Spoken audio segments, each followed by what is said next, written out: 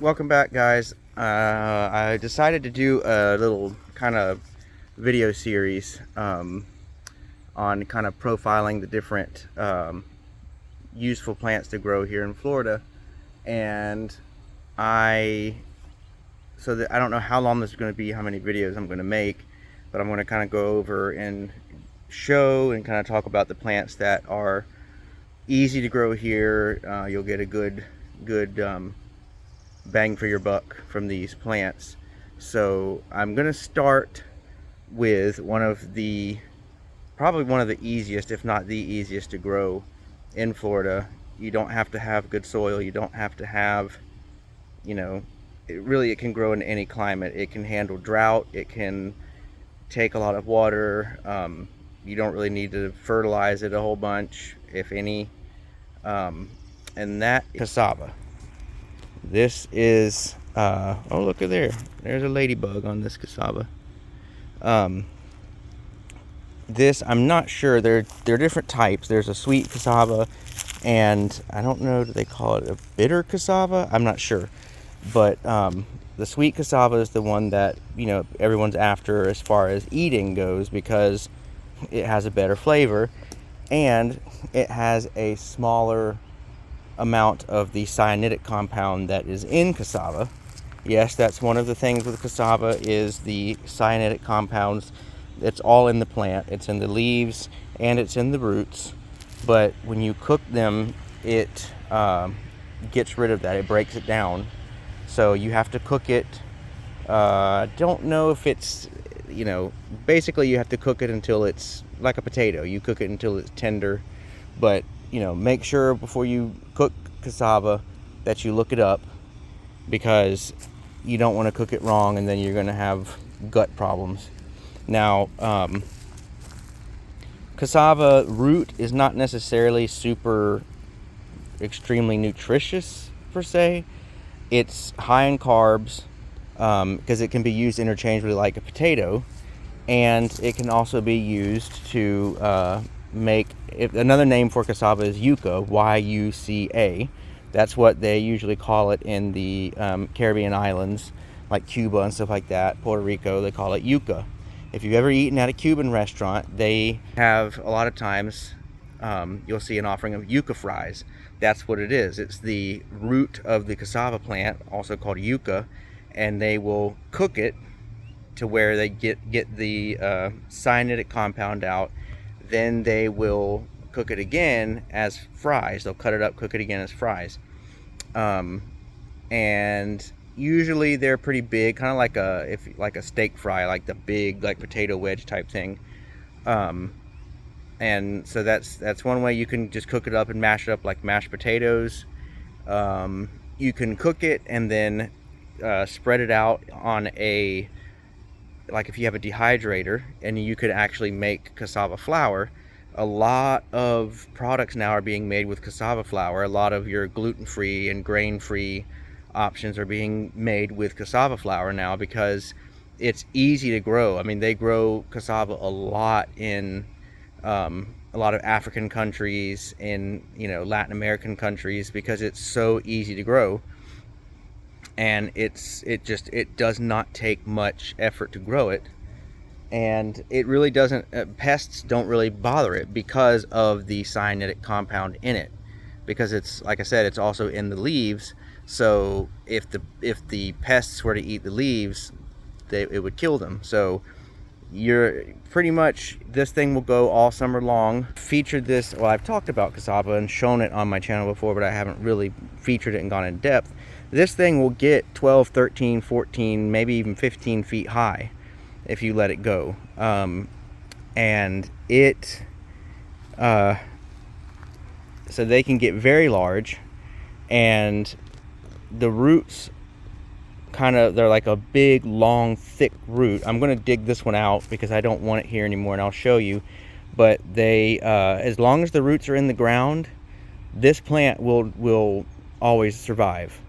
And I mean, I have literally mowed this over with my lawnmower, and it still came right back up. The one thing that cassava cannot handle is cold weather. is a tropical plant. It cannot handle cold weather at all. You can cover it, you can do whatever. If it gets to where we're gonna have frost, it's gone. It cannot handle it. So maybe if you grew it in a greenhouse, it would prevent that. But really, it doesn't matter, because you can do one of two things. You can come out before you, if you're gonna have frost, and cut the canes off, and then just leave it, just the roots in the ground. And then when it warms back up, it will come right back up every single time. Or you could try just letting it freeze to the ground, and it might come back up. If it does it too much, it might end up getting some damage though to the roots as it freezes down. So, but all you got to do to preserve the plant is to cut the canes off, and wait until it warms back up, and then it'll come right back up. This, I have had it back here for probably, I think, 4 years now, 3 or 4 years, and it has been through multiple freezing nights. And so it, I'm pretty sure last winter I did not cut the canes before the frost came. I just let it freeze to the ground. It died, froze to the ground, and here it comes again. The way that you get new cassava, unlike potatoes where you plant the potatoes once they start to sprout, they get the eyes on the little potatoes. Unlike that, it's not as easy to grow cassava from root, because the roots don't last that long out of the ground. If you see cassava in the grocery store, it's going to have a shiny look to it. That's because they dip it and coat it in wax, because if you don't, it does not last very long out of the ground. The way that you propagate cassava are with these canes. So you can see where the leaves, where the stems come up here to the leaves, there's like a little node right here. So if you were to get cassava cuttings, you would just get this middle cane. But you can see these nodes, and each node has a little, I guess like a small little bump on the top where I'm pointing right there. That is always what goes up. And if you get someone, a lot of times, well, at least this is what I've done, I've drawn on there with an arrow showing, okay, this side goes up. If you plant it upside down, it's not going to grow right. You've got to plant it with the nodes facing upward so that it can grow up and the leaves can come out properly. So cassava cuttings are easy to come by. You could probably find them locally. Facebook Marketplace, I've sold cassava cuttings on Facebook Marketplace. You can sell them, you can find them on eBay. There's somebody, I don't know this person, but there's somebody just up the road from me that has a bunch of cassava. So a lot of times it's pretty easy to find around here if you're just looking in the right places, and you can reach out and ask if they have any cuttings they'd be willing to sell to you. And all you have to do, you can plant it two ways. Plant it like what I did, where I took the cassava cutting with it facing the right way up, the nodes going the right way up, and I just stuck it in the ground, just straight in, and it will take root and grow from there. And they usually root pretty readily. You don't need to dip it in rooting hormone. You don't need to do anything special to it. It usually doesn't take long. Once you stick it in the ground, it starts to root. Or you can lay them on their side, and kind of like you do with sugar cane, and it will come up out from that way. I just have always seen where you just stick it straight in the ground. You can stick it at an angle. I've seen some people do that, but sticking it the proper direction straight into the ground, usually you're going to have cassava very quickly. And just to show you another example of how hardy this plant is and how resilient it is, these are very large canes. That's a cassava cane. That's a cassava cane. These are from when I had cut it down before we had some freezes. Excuse me, sorry about that. And if you notice right here, this is cassava, and that right back there is cassava. I did not plant this back here. I cut these canes down, and I didn't have anywhere else to put them, so I just chucked them back here in this kind of forest line on my property. my property actually goes, there's a little barbed wire fence right back there. That's the edge of my property, but this little kind of foresty area has kind of taken over. I just threw them in here, you know, thinking, oh, they're just going to die. And then lo and behold, they self-rooted and are growing. So if I could find where they were touching the ground, we'd have cassava growing in here. That shows you how resilient this plant is. It's extremely resilient. So if you will give me 1 second, I'm going to use some video magic, and I'm going to dig up this cassava, and I'm going to show you what the roots look like. Because like I said, I want to get this out of here because I don't want it in this space anymore. I have it out in my garden. But I'm going to be right back by the magic of video, and I will have cassava roots to show you. And just like magic, here we go. Here we are. This is the cassava root. And this is the part that people are looking for. So here's a good root.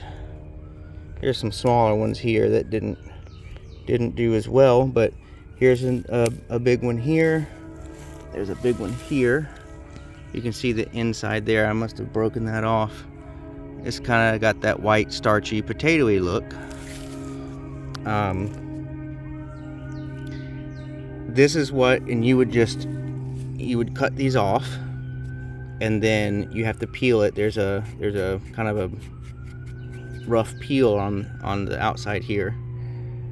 Peel that off, and then you cook it. And then in the middle there is kind of like this fibrous core that runs in there.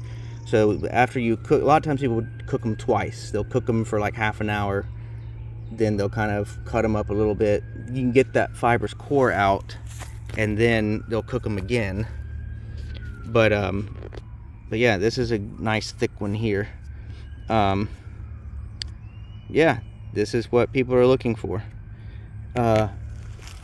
Now you can see how they kind of grow out from there. You can also eat cassava leaves. Cassava leaves are edible, but just like the roots, you have to cook them first. So it's like cooked greens, collard greens, spinach, whatever, however. So yeah, you can eat the leaves, you can eat the roots, and it is super easy to start from cuttings. Now this particular one, I don't think I'm gonna cook them up because there's only a couple of roots there. I don't really have anyone that is going to take them, so I'm probably just going to get rid of them. This variety, I don't know exactly what it is. It's not 100%, sorry, I'm not 100% sure if it is one of the bitter varieties. That's it, bitter varieties. I'm not sure if it's one of the bitter varieties or if it's one of the sweet varieties. I know the ones that I have in my garden are a sweet variety because I bought them from Cody Cove Farm, which is another farm here in Florida, and he had some that were supposed to be more like a white potato in flavor and texture and everything. I bought cuttings of that variety. That's in the garden. That's the one that I would go for if I was going to eat. I have a good friend of mine who is Cuban, and she has said that a lot of times they will cook it with sour oranges or bitter oranges, like the juice of they'll cook the cassava roots with that. I don't know if it's for flavor. I don't know if it is for helping to get that cyanidic compound out, but this sort of cassava is extremely common in Cuba. So but yeah, this is what we'll plant, and you can see years and years ago where I planted, this was the bottom.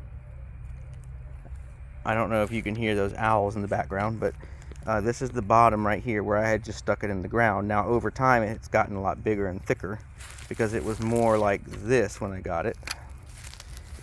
But I gotta figure out what to do with this now. I may just toss it somewhere, see if it roots itself again. But yeah, that is cassava.